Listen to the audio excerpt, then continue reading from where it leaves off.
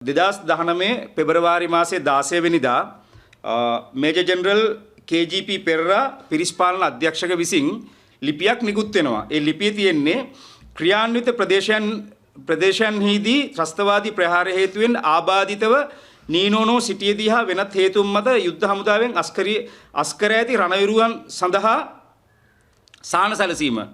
ඉතාමත්ම පැහැදිලිව මෙන්න මේ ලිපියේ ප්‍රතිපාදන වෙන් කරලා තියෙනවා 2019 පෙබරවාරි 16 මේජර් ජෙනරල් KGP පෙරේරා පිරිස් පාලන අධ්‍යක්ෂව සිටියේදී මේ ලිපියෙන් ඉතාමත්ම පැහැදිලිව නීනෝනෝ සහ වෙනත් හේතුන් මත යුද හමුදාවෙන් අස්කල නිලධාරීන්ට සහ සෙසු නිලයන් වෛද්‍ය හේතුන් මත ත්‍රස්තවාදී ප්‍රහාරට ලක් වෙලා තියෙනවා නම් ඔවුන් වෛද්‍ය හේතුන් මත ඔබම විශ්වාම ගන්නන්න මේ ලිපියකින් සම්පූර්ණ මේක දීලා තිනවා. ඒක හරි කනගාටුදායක සිද්ධියක්. මම හිතන්නේ මම 6 වෙනි ගජබා රෙජිමේන්තුවේ සේවය කරපු අපිත් එක්ක සේවය කරපු අපට වැඩිය ජේෂ්ඨ කොතලාවල යුනිවර්සිටි එකේ 6 වෙනි බැච් එකේ නිලධාරී 61යි 452 කපිතාන් රංජිත් හපුවින්න 1992 වසරේ 6/5 ක්‍රියාන්විතයේ තමයි තුවාල වෙන්නේ. හරිද? 6/5 ක්‍රියාන්විතයේ තුවාල වෙලා ඔහුගේ දැන් මේ පපුවේ කෑලිත් තියෙනවා. අපි කනගාටුදායක තියෙන කාරණාව මෙච්චරයි මේ වෙනකන් 1992 තුවාල වෙච්ච හේතුවෙන් සාමාන්‍ය ක්‍රමවේදය තමයි මූලික පරීක්ෂණ උසාවියක් කරනවා. 2002 තුවාල වෙච්ච මගේ මූලික පරීක්ෂණ උසාවියක් තාම කරලා නැහැ. හරි? ඒක මගේ කාරණාව වෙනම කාරණාවක්. හැබැයි මේ වෙනකොට සැත්කම් දෙකකට භාජනය කරලාද කැප්ටන් රංජිත් හපුවින් ඉන්නේ දැන් අද ඇඳි. එතකොට MRI පරීක්ෂණයකට යන්න ගියාට පස්සේ MRI පරීක්ෂණය කරගන්න විදිහක් නැහැ. පපුවේ කෑලි තියෙනවා. ඉතින් මේ වෙනම අපි දැක්ක පසුගිය කාලෙම මොකද එතුමා අපිත් එක්ක වැඩ කරපු කෙනෙක් පසුගිය වසර එකහමාරක් දෙකක් තිස්සේ එක දිගට එතුමා ලියුම් ලියනවා ජනාධිපතිතුමාට ලියුම් දාලා තියෙනවා ආරක්ෂක අමාත්‍යාංශයට මේ සියලුම තැන්වල ලියුම් දැම්මට කිසිම උත්තරයක් නැහැ. ඒ නිසා අපි ජනාධිපතිතුමාගෙන් ඉතාමත් ගෞරවයෙන් ඉල්ලනවා මේ නිලධාරී යුද්ධ නිසා තුවාල වෙච්ච නිලධාරී. දැන් මේ එතුමා මට මතක විදිහට තුන් පාරකට වැඩිය මේ රට වෙනුවෙන් ලේ හලපු රණවිරුවෙක්.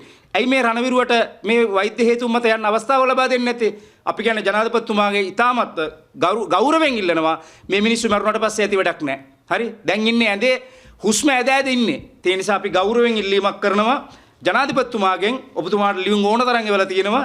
ඒ නිසා ඔබතුමාට මේ සම්බන්ධව මැදිහත් වෙන්න. ඒ කාරණාවත් එක්කම අපි දැක්කා පහුගිය කාලේ මේ මංගාව සියලුම තොරතුරු තියෙනවා.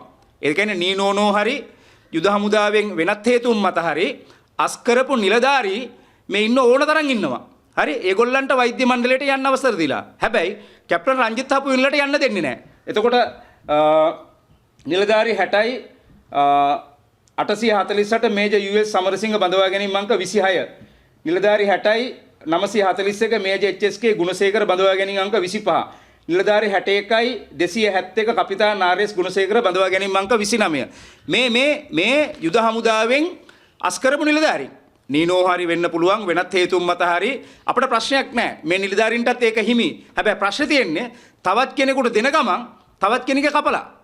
ඒ වගේම තමයි අර එක තව යුද හමුදා නිලධාරියෙක් අහුවෙනවා කුඩුත් එක්ක අහුවෙන්නේ. පරණ යුද හමුදා මූලස්ථානයේ තිබ්බ තැන කුඩුත් එක්ක අහුවෙලා සේවයෙන් ඉවත් කරනවා රෑන්ක් එකත් පල්ලයට දාලා. අන්තිමට මොකද්ද කරලා තියෙන්නේ? නැවත සේවයට බඳවගෙන ප්‍රොමෝෂන් එකකුත් දීලා ආපහු මොකද්ද කරලා තියෙන්නේ? යාටත් වෛද්‍ය මණ්ඩල වෛද්‍ය හේතු මත විශ්‍රාම යන්න දීලා.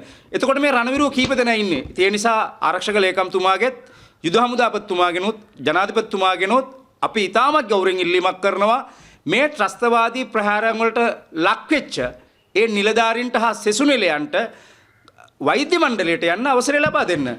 මේකත් ප්‍රශ්නේ තියෙන්නේ මොකද්ද? මේ ඊළඟ කාරණාව. එතකොට 6 වෙනි ගජබා රෙජිමේන්තුවේ මේ තියෙන්නේ තුවාල ලයිස්තුව. මේකේ 8 වෙනියට ඉන්නේ කැප්ටන් රංජිත් හපුවින්න. තුවාල වෙච්ච ලයිස්තුවේ 8 වෙනියට ඉන්නේ යා.